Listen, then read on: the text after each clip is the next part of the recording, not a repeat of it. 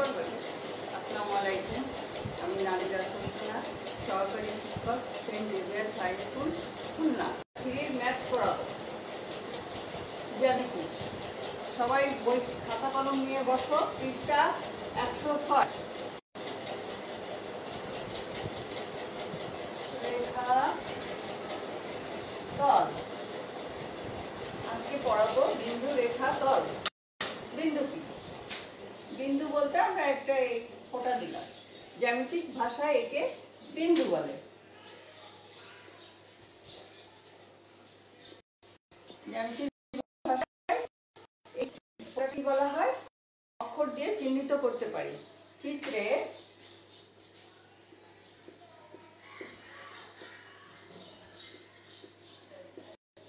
ক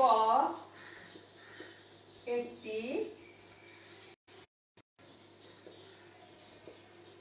এখন দেখাও এই বিন্দুটাকে কি এরকম স্কেল দিয়ে মাপা যায়? না, যায় না। এরকম মাপা যায়? যায় না। এখন আমরা কি বলতে পারি?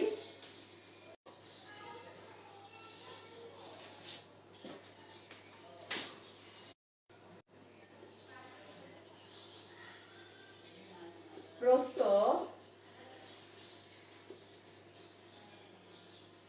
বেদ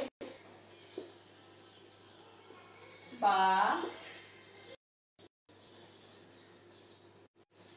উচ্চতা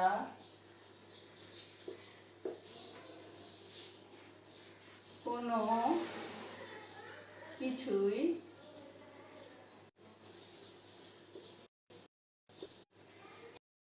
একটা অবস্থান আছে, শুধু মাত্র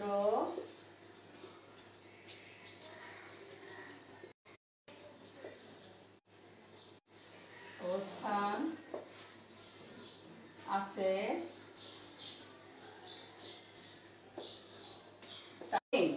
এর কি দৈর্ঘ্য আছে? নেই। স্কেল দিয়ে মাপা যায়, দৈর্ঘ্য মাপা যায় না, প্রস্থ মাপা যায় না, উচ্চতাও হাইটও মাপা যায় না। এরকম এটা দেখো, এটা দৈর্ঘ্য এরকম মাপা যায় না, বিন্দু এরকম, প্রস্থ মাপা যায় না, এরকম আছে, তাকে বিন্দু বলে।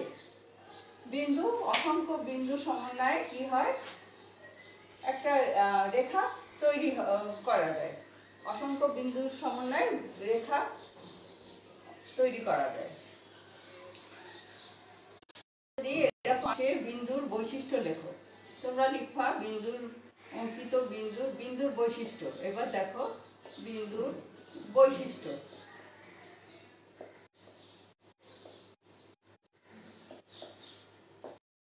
বেদ বা উচ্চতা নেই, 1 নাম্বার। এই কথাটা লিখবা, বিন্দুর দৈর্ঘ্য প্রস্থ বেদ বা উচ্চতা নেই। তারপরে লিখবা 2 নাম্বার, শুধুমাত্র অবস্থান আছে। হলো। এবার তোমাদের পড়াবো রেখা।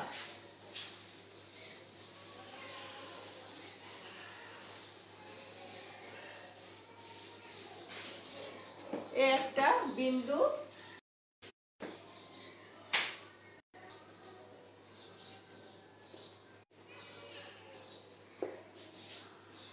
একটা বিন্দু নিলাম, একটা বিন্দু নিলাম। এই বিন্দু আমি যোগ করলাম। এই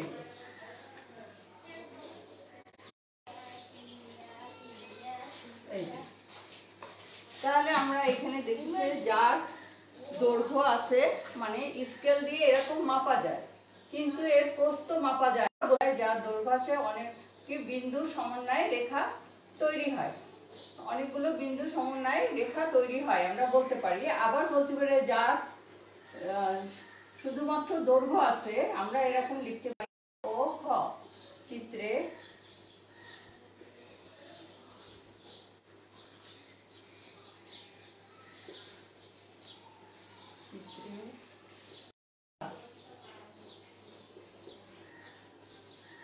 এদিকে আমি একটা দাগ দিলাম।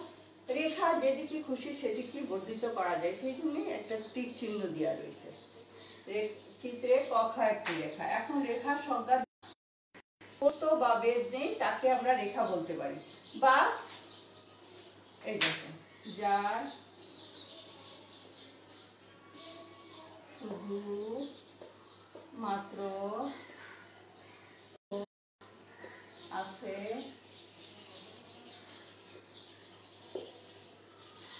প্রস্থ বা প্রস্থ নেই তাকে রেখা বলে। আবার বলতে পারি আমরা কতগুলো বিন্দুর এরকম বলতে পারি যা শুধুমাত্র দৈর্ঘ্য আছে প্রস্থ বা উচ্চতা নেই তাকে। আবার বলতে পারি কতগুলো বিন্দু সমন্বয়ে রেখা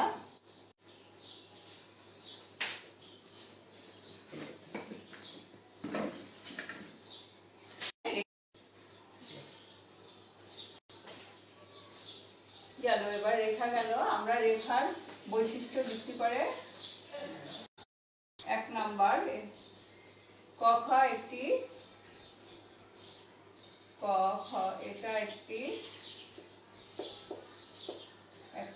এটা একটি সরল রেখা।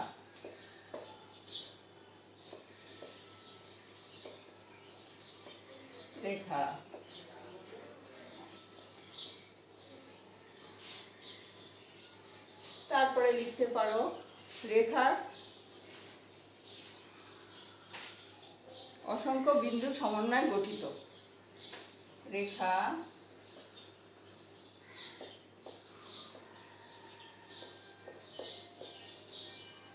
অসংখ্য বিন্দুর সমন্বয়ে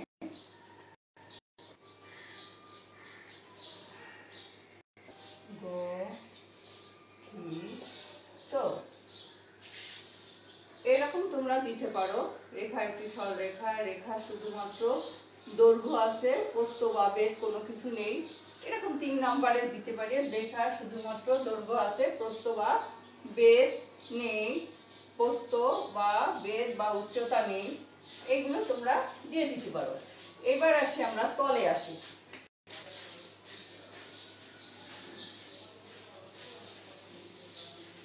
তল, এই দেখো তলের ছবি এঁকে রেখে দিচ্ছি। একটা ঘনক আঁকলাম। ঘনকের এই দেখো ঘনক কাকে বলা হয়? দৈর্ঘ্য থাকবে, প্রস্থ থাকবে আর এই উচ্চতা থাকবে, তাকে বলা হয় ঘনক। এই যে ডাস্টারটা দেখো এর প্রতিটা পাশ সমতল। এই দেখো যার দৈর্ঘ্য প্রস্থ বেধ আছে তাকে আমরা সব কয়টা থাকবে এতক্ষণ আমরা কোনোটার দৈর্ঘ্য আছে কোনোটার প্রস্থ বেধ কোনো কিছু নেই এরকম দেখছে। ঘনক কাকে বলে? যার দৈর্ঘ্য আছে প্রস্থ আছে উচ্চতা আছে। দেখো এটা হচ্ছে কি দৈর্ঘ্য, এইটা হচ্ছে কি প্রস্থ,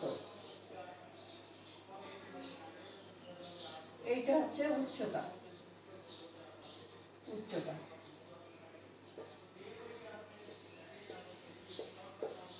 ঘনকের 3টেই আছে, দৈর্ঘ্য আছে প্রস্থ আছে উচ্চতা আছে। এখন এই ঘনকের পৃষ্ঠ কি? সমতল। এইটা একটা বল, বলের পৃষ্ঠ কি আছে? বক্র তল। কিসের তল? বক্র তল। এই যে তাহলে আমরা কি করলাম? ঘনবস্তুর পিঠকে তল বলে। ঘনবস্তু কাকে বলা হয়? এটা একটা ঘন বস্তু।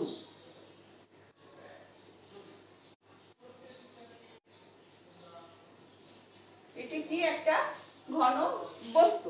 ঘনবস্তুর কি কি থাকবে? দৈর্ঘ্য প্রস্থ উচ্চতা, 3টাই থাকবে ঘনবস্তুর। ঘনবস্তুর এই পাশকে পৃষ্ঠকে কি বলা হয়? এক একটা পাশকে তল বলা হয়। এই ঘনবস্তুর তল হচ্ছে সমতল। বলও একটা ঘনবস্তু কিন্তু এর তলটা এরকম বাঁকা, দেখিছো? এরকম বাঁকা, সেই জন্য একে হচ্ছে বক্রতল বলা হয়। কি বলা হয়? বক্রতল। তাহলে ঘনবস্তুর কয়টা তল দেখো তো? 1টা 2টো 3টা 4টা 5টা 6টা। দেখো 1টা 2টা 3টা 4টা 5টা 6টা। ঘনবস্তুর কয়টা তল? 6টা তল। তাহলে আজকে আজকে তোমাদের আমি কি কি শিখালাম? বিন্দু পড়লাম, রেখা পড়লাম আর তল পড়ালাম। এইবার আসা যাক আমরা কোণ পড়ি।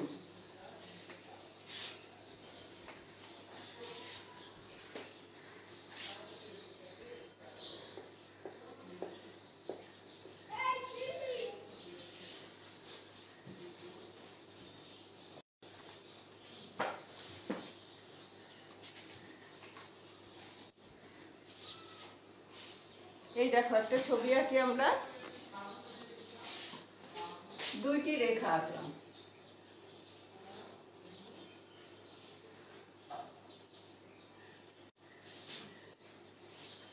এই দুটো রেখা এক জায়গায় মিলিত হবে, এরকম থাকলে কিন্তু হবে না। এই যে এই রেখাটা মিলল, এই যে কোণ।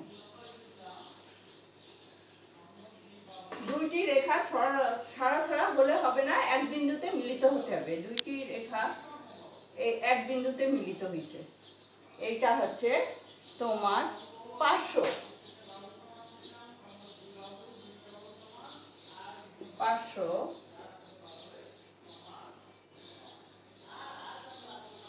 এইটা শীর্ষবিন্দু।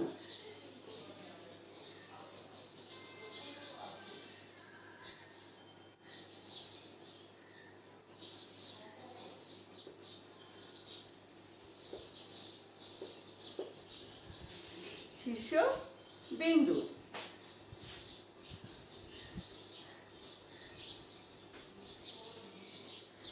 এর সাথে মিশে গেছে, দাঁড়াও।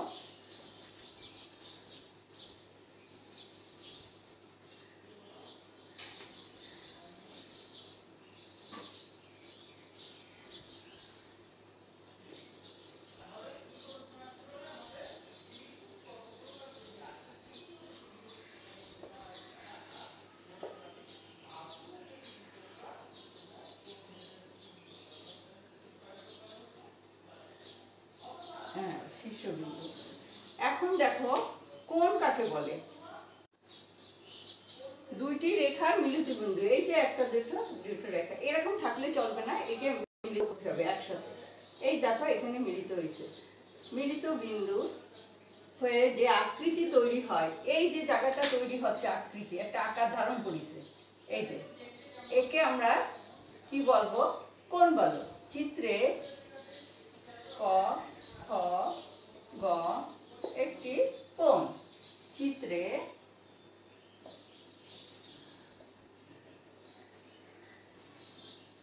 গ একটি কোণ। এখন দেখো যে জায়গাটায় শীর্ষবিন্দুতে মিলিত হবে দুটি রেখা, সেই অক্ষরটা কিন্তু মাঝখানে হবে। কোথায় হবে? মাঝখানে লিখতে হবে। তুমি যদি এইভাবে লেখো কোনোদিন কোণ তৈরি হবে না। এই যে তুমি যদি এইভাবে লেখো, এরকম লেখো ক গ খ বা কোনো কিছু যদি লেখো, হবে না। কি জন্য হবে না?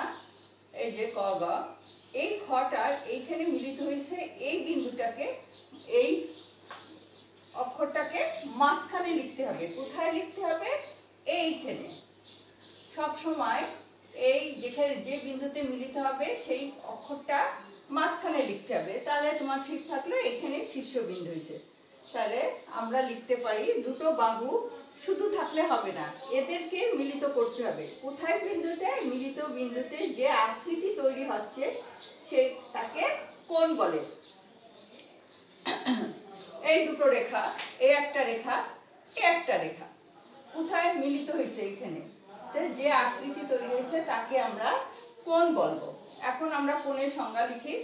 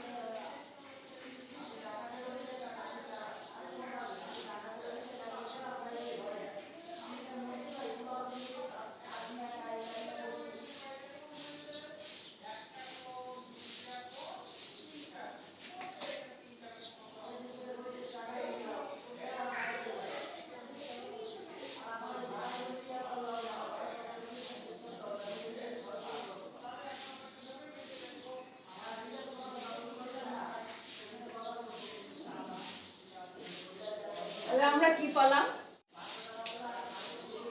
দুটি রেখা থাকলে হবে না, তাকে মিলিত হতে হবে। মিলিত হয়েছে যে আকৃতি তৈরি হলো তাকে আমরা কোণ বলি। তাহলে আমরা ক খ গ একটি কোণ, চিত্রে ক খ গ একটি কোণ। ক যেখানে এই যে বিন্দুতে মিলিত হবে তাকে আমরা কি বলবো? শীর্ষবিন্দু। তাহলে কোণের কয়টা শীর্ষবিন্দু? একটা শীর্ষবিন্দু, এক জায়গায় মিলিত হয়েছে। কোণের কয়টা শীর্ষবিন্দু? আমরা পেলাম একটা শীর্ষবিন্দু। দুইটি বাহু, দুইটি রেখা মিলিত হয়ে যে আকৃতি তৈরি হয় তাকে আমরা কোণ বলি। কোণের যেখানে মিলিত হবে সে তাকে আমরা শীর্ষবিন্দু বলি। তাহলে কোণের কয়টা শীর্ষবিন্দু? একটা শীর্ষবিন্দু।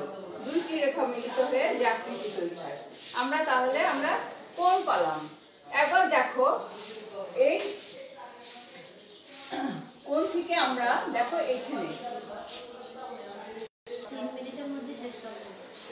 এইখানে আমরা কয়টা শীর্ষবিন্দু পাচ্ছি? এই একটা, এখানে মিলিত হয়েছে দুটো, তিনটা, চারটা। এখানে কয়টা শীর্ষবিন্দু? চারটে শীর্ষবিন্দু আছে। এখন আমরা তোমাদের আগামী দিনের পড়াটা নিয়ে নাও। বিন্দু লিখে নাও, বিন্দু, রেখা, তল,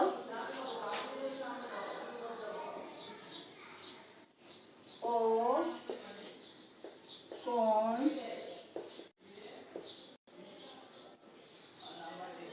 কাকে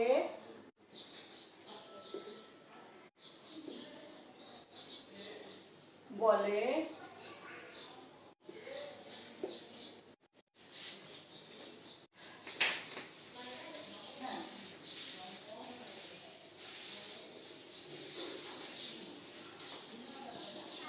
চিত্র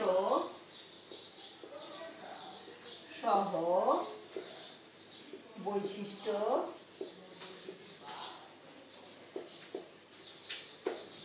লেখো। এটা হচ্ছে বাড়ির কাজ।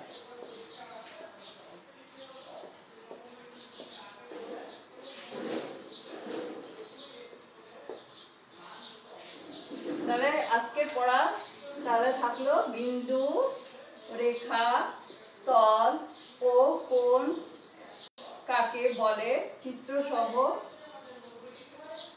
বৈশিষ্ট্য লেখো। এই পড়া তোমাদের থাকলো। আগামী দিনের পড়া ভালো করে করে আসবা, দেখে আসে ঘনবস্তু আঁকা শিখবা, তারপরে রেখা, বিন্দু, তল, কোণ আঁকা শিখবা, শিখে ভালো করে পড়ে আসবা। এই পর্যন্ত পড়া থাকলো।